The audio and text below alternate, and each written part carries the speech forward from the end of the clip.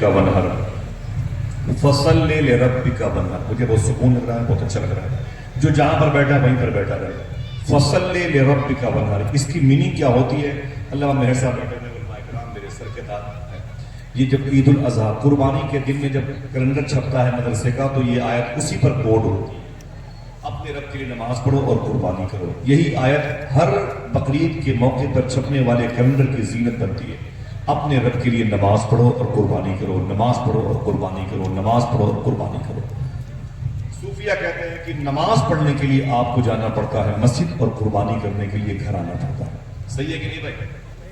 صحیح ہے؟ صحیح ہے۔ نماز پڑھنے کے لیے آپ کو جانا پڑتا ہے مسجد، اور قربانی دینے کے لیے آپ کو گھر آنا پڑتا ہے۔ کیا قربانی کا بکرا لے کر کے آپ مسجد میں جاتے ہیں؟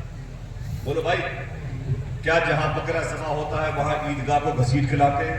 نہیں۔ ایک آیت کے دو حکم پر عمل کرنے کے لیے الگ الگ سمت جانا پڑتا ہے۔ اپنے رب کے لیے نماز پڑھو، فصل لے ربک، اپنے رب کے لیے نماز پڑھو تو آپ اس پر عمل کرنے کے لیے عیدگاہ جاتے ہیں۔ ونہر، قربانی کرو تو قربانی کے لیے عیدگاہ سے نکل کے یہاں پر آتے ہیں۔ دیکھنا کوئی ہے جو سبحان اللہ کرے۔ صوفی ازم کہتا ہے، لیکن زمین پر ایک شخصیت ایسی ہے جسے امام حسین کہتے ہیں، جس نے کربلا کے میدان میں اس آیت پر ایک ہی وقت میں عمل کر کے دکھا دیا کہ ام الکتاب سینے میں باہر حسین ہے، دوش نبی ہے رحل فی جس پر حسین ہے، اور سجدے میں ہے تو شرح فصل لے ربی کا، گردن کٹا کے مانیے ونہر حسین۔ سمجھ رہے ہیں آپ؟ ایک آیت کے دو الگ الگ احکامات پر امام حسین نے ایک ہی وقت میں عمل کر کے بتا دیا۔ اگر اس آیت کی تفسیر پڑھنی ہے تو میرے چہرے کو پڑھ لو۔ ایک ہی وقت میں نماز بھی پڑھ رہا ہوں اور قربانی بھی دے رہا ہوں۔ ایسا کوئی سجدہ کسی کے پاس ہے؟ بولو بھائی، ہے کسی کے پاس؟ نہیں۔ امام حسین کون تھے؟ آپ نے پڑھا ہوگا، سنا ہوگا، قربانی دی 72 نفوس قدسیہ کے ساتھ عرض کربلا میں۔ میں تھوڑی سی بات بیک گراؤنڈ کی بتاتا ہوں۔ یہ کس تربیت کا اثر ہے، کس مبارک شکم نور کی یہ اپج ہے، کس عظیم الشان سمندر کی کوہ سے نکلنے والی یہ عظیم الشان موتی ہے جس کو دنیا امام حسین صبر کا بادشاہ کہتی ہے، شکر کا بادشاہ کہتی ہے، زہد کا بادشاہ کہتی ہے، سخاوت کا بادشاہ کہتی ہے۔ آخر کسی ماں کی گود میں یہ پلے ہو گئے، وہ ماں کیسی تھی؟ اس ماں کو کس ماں نے جنا تھا، وہ کیسی تھی؟ آپ کو جب بیک گراؤنڈ سمجھ میں آ جائے گا تو امام حسین کی قربانی سمجھ میں آ جائے گی۔ اور میں بتاؤں گا امام حسین کے لیے اکبر کی شہادت یہ ہے تو آپ بولو رو گے، نعرے لگاؤ گے۔ آپ پہلے سمجھو کہ اتنی بڑی طاقت حسین کے اندر آئی کیسے۔ بہت مشکل کام ہے، مجھے یاد نہیں ہے میں نے کتنی راتیں گزاری ہیں کربلا میں، اپنی بات ہے، اللہ کا شکر ہے علماء کے قدم کی برکتیں، جوتیوں کو صدقہ سادات کی برکتیں، مجھے یاد نہیں کتنی راتیں میں نے گزاری ہیں کربلا میں۔ میں نے کربلا کے زمین کے چپے چپے کو دیکھا، جا کے وہاں آنسو آئے۔ آپ سب کے عریضے کو پیش کروں گا، آپ سب کے سلام کو پیش کروں گا، لیکن آپ سمجھو پہلے وہ تربیت گاہ کیسی ہے، وہ انسٹیٹیوٹ کیسا ہے، وہ دامن کیسا ہے جس دامن میں پلے بڑھے تو آپ کو صبر کا بادشاہ آ گیا۔ حضور غوث پاک کے شہزادے سے یہ شباہت میاں شاہ صاحب اللہ فرماتے ہیں، میری بہنوں سننا، وہ فرماتے ہیں کہ بابا فرید گنج شکر نے، نام سنا ہے بابا فرید کا؟ یہ کون ہے؟ شیخ ممشاد شیخ ابو اسحاق شامی کے لاڈلے ہوتے ہیں، شیخ خواجہ عثمان ہرونی ان کے لاڈلے ہیں، غریب نواز ان کے لاڈلے ہیں، خواجہ قطب الدین بختیار کاکی ان کے مرید اور خلیفہ ہیں بابا فرید گنج شکر۔ لاہور سے 250 کلومیٹر کے فاصلے پر، پاک پٹنہ شریف میں ساہیوال سے 45 کلومیٹر کے فاصلے پر آرام کر رہے ہیں۔ ان کے دو لاڈلے خلیفہ ہندوستان کے بادشاہ ہیں جنہیں دنیا سرکار محبوب الہی کہتی ہے، سرکار صادق پاک کہتی ہے۔ سبحان اللہ۔ کہ آپ کا تڑپنا بہت مجھے راس آیا، ذرا پھر سے کہتے ہیں محبت سے سبحان اللہ۔ سبحان اللہ۔ انہی کے پوتے کا نام خواجہ نصیر الدین چراغ دہلوی ہے، انہی کے پر پوتے کا نام خواجہ بندہ نواز گیسو دراز ہے، انہی کے سلسلے کے عظیم الشان بزرگ ہیں خواجہ فخر الدین فخر العارفین جو دہلی میں لیٹے ہوئے ہیں، انہی کے سلسلے کے عظیم بزرگ ہیں جن کو سرکار نور محمد محاربی کہا جاتا ہے، انہی کے سلسلے کے عظیم بزرگ ہیں جن کو شیخ سلیمان دوسری کہا جاتا ہے، انہی کے لاڈلے ہیں غازی میاں جن کو شیخ عبد الرحمان کہا جاتا ہے۔ یہ عظیم الشان سلسلے کی کڑی ہے جو سرکار غریب نواز سے مولا کائنات تک پہنچی ہے۔ سنیں یہ تربیت گاہ کیسی ہے؟ فرماتے ہیں سید صاحب قبلہ بابا فرید گنج شکر نے اپنی ماں سے کہا تھا، اے میری ماں یہ تیرا بیٹا فرید بڑے اونچے اسٹیٹس پہ آ گیا۔ دیکھنا کون کہتا ہے سبحان اللہ۔ بابا فرید کہتے ہیں میری ماں سن، آج جو مجھے دیکھتا ہے وہ کلمہ پڑھ لیتا ہے، اور ہمارے پاس جو بیٹھتا ہے وہ حرام خور ہو جاتا ہے۔ ہمارے پاس کوئی نمازی بیٹھتا ہے تو نمازیں چھوڑ دیتا ہے، ہمارے پاس کوئی سچ بولنے والا بیٹھتا ہے تو جھوٹ بولنے لگتا ہے. ہمارے پاس کوئی نبی کی سنت پر عمل کرنے والا آئے, ہم اسے مسواک کرنے کا طریقہ نہیں بتا پاتے. بابا فرید کیسے تھے, اپنی ماں سے کہتے ہیں میری ماں آج تیرے بیٹے کا یہ ماں عالم ہے کہ جو مجھے دیکھتا ہے وہ کلمہ پڑھ لیتا ہے, شرابی دیکھتا ہے تو وہ توبہ کر لیتا ہے, حرام کھانے والا مجھے دیکھتا ہے تو اسے سچی صدق مقال کی رزق حلال کی توفیق مل جاتی ہے. ماں نے کہا میرے بیٹے اس میں تیرا کوئی کمال نہیں ہے, جو بھی کمال ہے وہ میرا کمال. میری بہنوں سننا, تمہاری بڑی ضرورت ہے اس وقت دین کو, اور تمہیں دین کی ضرورت ہے. یہ جلسے بلا وجہ نہیں ہوتے, پاگل نہیں ہے جلسہ کرنے والے, یہ اپنی نیابت سے جلسے کو رنگ روغن بخشنے والے. اس کے کتنے فوائد ہیں الحمدللہ رب العالمین, وہ آپ کو پتا چلے گا میدان محشر میں. یہ نیکی تو میرے مولا ہم نے کی ہی نہیں تھی, یہ میری فہرست میں کیسے آ گئی؟ تو فرشتے کہیں گے اس مجلس میں تو بیٹھا ہوا تھا, اونگ رہا تھا, سبحان اللہ کہہ, یہ وہ نیکی تیرے کام آ رہی ہے. فرماتے بابا فرید میری ماں میرا کمال ہے میرا. ماں نے کہا نا بیٹے اس میں تیرا کوئی کمال نہیں ہے. فرماتے بابا فرید میرا کمال ہے, ایک پیر پہ کھڑے ہو کے اللہ ہو اللہ ہو اللہ ہو کے نعرے لگاتا ہوں, اپنی روٹیاں غریبوں کو دیتا ہوں, اپنے لباس اتار کے ننگوں کو دے دیتا ہوں, ساری محنتیں مرد میں کرتا ہوں, تیرا کمال کیا ہے؟ بابا فرید فرماتے سن. میری ماں نے کہا اے میرے بیٹے سن, دیکھنا کون کہتا ہے سبحان اللہ, اگر بچپن میں تجھے وضو کر کے دودھ نہ پلایا ہوتا تو یہ کمال تیرے اندر نہ پیدا ہوتا.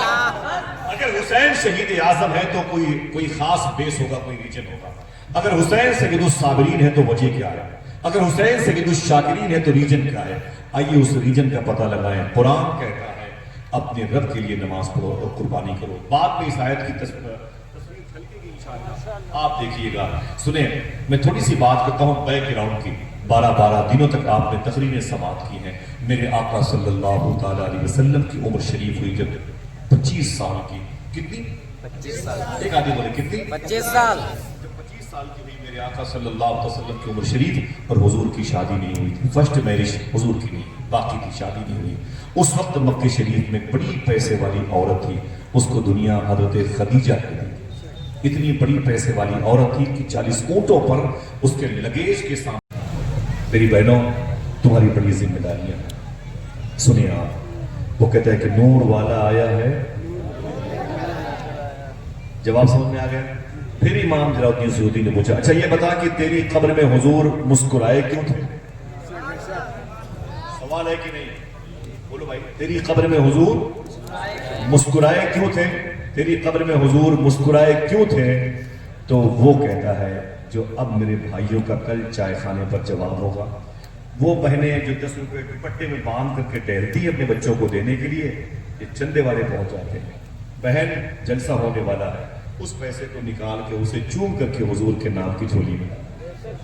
وہ بچے جو اسکول میں خرچ کرنے کے لیے پیسے لیتے ہیں اسے سنبھال کر کے رکھتے ہیں, اور پھر آتے ہیں کمیٹی والوں کے ہاں یہ 20 روپے میری طرف سے لے لیجیے. سبحان اللہ, یہ اسی تربیت کا اثر ہے.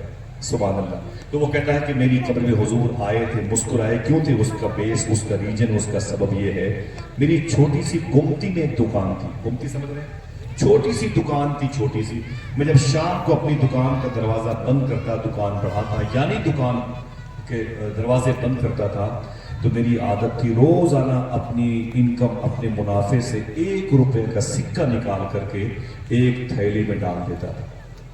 مہینے میں 30 روپے ہو جاتے تھے, 2 مہینے میں 60 ہو جاتے تھے, 3 مہینے میں 90 ہو جاتے تھے, ایسے 6 مہینے میں تقریباً 180 روپے ہو جاتے تھے. 1 سال میں وہ تھیلی بھر جاتی تھی. جب 1 سال میں وہ تھیلی بھر جاتی اور ربیع الاول شریف کا مہینہ آتا, دیکھنا کتنے لوگ سبحان اللہ کہتے ہیں. وہ کہتے ہیں اے امام جلال الدین 1 سال میں جب وہ تھیلی بھر جاتی تھی تو میں جب ربیع الاول شریف کا مہینہ آتا تو اسی پیسے کو نکال کر حضور کی میلاد پہ خرچ کیا کرتا تھا. کمیٹی والوں بہت بہت مبارک ہو. اپنے گھر کی تمام تر در و دیوار کے سائے میں جو پیسوں کے حصولیابی کی ترکیبیں گھر کے لوگوں نے جمع کی تھی, وہ پیسے جمع ہوئے تو آپ نے حضور کے نام پہ خرچ کیے, حضور کے ماں باپ کے ذریعے خرچ کیے. اس حوالے سے ذرا ہاتھوں کو اٹھا کے بولو اے اللہ تیرا شکر ہے. اونچی آواز میں. گانے بجانے جب ہو رہے ہیں, لوگ کھیل کود کے رہے ہیں, ریسٹورنٹ میں, ڈھابے میں, وہاں کی پنیر بڑی مشہور ہے, وہاں کی روٹیاں مشہور ہے, وہاں کی فرینی مشہور ہے, ایسے لوگ کرتے ہیں. سمجھ رہے ہیں آپ؟ اللہ اکبر اللہ اکبر. بابا فرید گنج شکر سے کسی نے کہا بابا جی میں آپ کی تقریر سنتا ہوں لیکن اثر نہیں کرتی ہے باتیں. بابا فرید فرماتے سن اگر میری تقریر اثر نہیں کرتی ہے نا تو سن تیرے گھر کے قریب میں کوئی مسجد ہے. اس نے کہا جی حضور مسجد ہے. تو آپ نے فرمایا جا اسی مسجد میں جھاڑو لگایا کر. کہا اس سے کیا ہوگا؟ کہا تو خدا کے گھر کو صاف کرے گا خدا تیرے دل کو صاف کرے گا. 100 کلومیٹر دور تک ڈھابے پر کھانا کھانے کی ترکیب ہے لیکن محلے کی مسجد میں جھاڑو نہیں لگایا. چھپکلی کے بیٹ قرآن کے پاروں پہ رکھے ہوئے ہیں. جزدان پھٹ گئے ہیں. ماں بہنوں نے کبھی ایک نیا جزدان سل کر کے نہیں دیا ہوگا. بہوؤں کے لیے کپڑے پہ کپڑے آ رہے ہیں. 50,000 کے لاچے پہن کر ٹہلتی ہیں ہماری ماں بہنیں. شکر کے سجدے بھی نہیں کرتی. ان کو چاہیے کم سے کم 3 میٹر کپڑا لے کر کے مسجد کے جزدان کے نئے مسجد کے قرآن کو نیا لباس دے دیں. اس جزدان کو یا کسی قبرستان میں ڈال دیں یا اسے دریا برد کر دیں. اور ہمیں ٹائم ملے تو اپنے بچوں کو لے کے کبھی مسجد میں چلے جائیں. اللہ کے گھر میں جھاڑو لگائیں. اللہ دلوں کو صاف کر دے. رات بھر وہ ساری چیزیں جو انہیں یاد ہیں اسے انہیں سننی پڑتی ہیں. اور پھر بھی ہم جیسے کتوں کو تعداد و تحسین کی بارشیں کرتے ہیں اور اپنی دعاؤں سے ہم سب کی کامیابی کے پاکیزہ راستے کو موت کرتے ہیں. اور آپ کو یہی کام ہے کچھ نہیں آتا سیکھنے کی نیت سے آپ آ جائیں. لوگ بوڑھے لوگ بیٹھے ہوئے ہیں یہ چھوٹے چھوٹے بچے میرے کو آپ بیچ بیچ بیٹھے ہوئے محبت کے ساتھ آئے ہیں. ان کی ماں کی تربیت کا اثر ہے. اللہ ان بچوں کو اپنے ماں باپ کی مغفرت کا سامان بنایا. جتنے بھی لوگ کھڑے ہیں وہ اندر آ جائیں گے. ٹھیک ہے اندر آ کر بیٹھے گا. کوئی بات نہ کیجیے کوئی موبائل میں کھیل کود نہیں کیجیے گا. ٹھیک ہے میں کوئی آپ کو کپل شرما کا ڈرامے نہیں سناؤں گا کہ آپ کیسا آ رہا ہے. سمجھے امام حسین کی مجلس سے ادب اور احترام سے بیٹھے میں آپ سے تھوڑی سی بات کروں گا انشاءاللہ. بڑی خواہش تھی اور علامہ مجاہد صاحب سے میری جو ملاقات ہوئی پھر رویا ملاقات میری ملاقات سے پہلے مجھے بڑی خوشی ہے میں آپ کے قدموں کے نیچے ہوں. ابھی میں یہاں پر ہوں امام حسین کی مجلس میں مشرف نامت کر رہے ہیں. بہت اچھا مستقبل ہے. علماء کرام بیٹھے ہیں اور کچھ گھنٹے کے بعد مجھے لکھنؤ جانا ہے. میری صبح کی فلائٹ ہے. میں ممبئی جاؤں گا اور ممبئی سے میں کل شام کو ہی کربلا شریف جاؤں گا. سرکار غوث پاک کے بارگاہ میں امام علی مقام کے بارگاہ میں. میں تو اپنے بارے میں نہیں کہہ سکتا کرم ہے ان کا لیکن آپ کتنے خوش قسمت ہیں کہ میں آج آپ کو اپنے ساتھ لے کر کے جاؤں گا. آپ کے چہرے آپ کی یادیں آپ کا حسن انتظام آپ کا حسن ادب آپ کا حسن اخلاق آپ کا حسن ترتیب یہ میرے ساتھ ممتاز جائے گا. اور کبھی کرم ہوا تو پھر آپ سب کو میرے ساتھ وجود کے ساتھ چلنا پڑے. میری دعا ہے کہ بغداد شریف میں مولا حسین کے روضے پر مولا علی کے روضے پر مولا عباس کے روضے پر میرے شیخ کے روضے پر آپ سب یاد آ جائیں. آمین کہہ دیں یاد آ جائیں انشاءاللہ. ٹھیک ہے درود شریف پڑھیں گے. اللہم صلی علی سیدنا و شفیعنا و مولانا محمد وعلی آلہ محمد. درود شریف کے بارے میں اس مائک میں جو ایکو ہے اسے بند کر دینا جائے گا. ایکو اس کا بالکل بند کر دیں.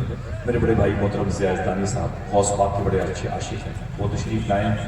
علامہ مصور بسماعیل صاحب پورے میرے اتر پردیش کے لیے وہ ایک مہمان بن کے آئے ہیں. ہم ان کے سامنے میزبان ہیں. اللہ ان کی قدر کی برکتوں سے اس جشن کو کامیاب اور قبول فرمائے. ہاں ایکو آپ نے بند کر دیا تھوڑی سی اس کی آواز بڑھا دیجیے گا. ایکو بالکل رکھیے گا آواز تھوڑی سی بڑھا دیجیے گا. جو باہر مائک کے ہار میں ہے اسے بند کر دیجیے شاید کوئی بچہ سونا چاہے.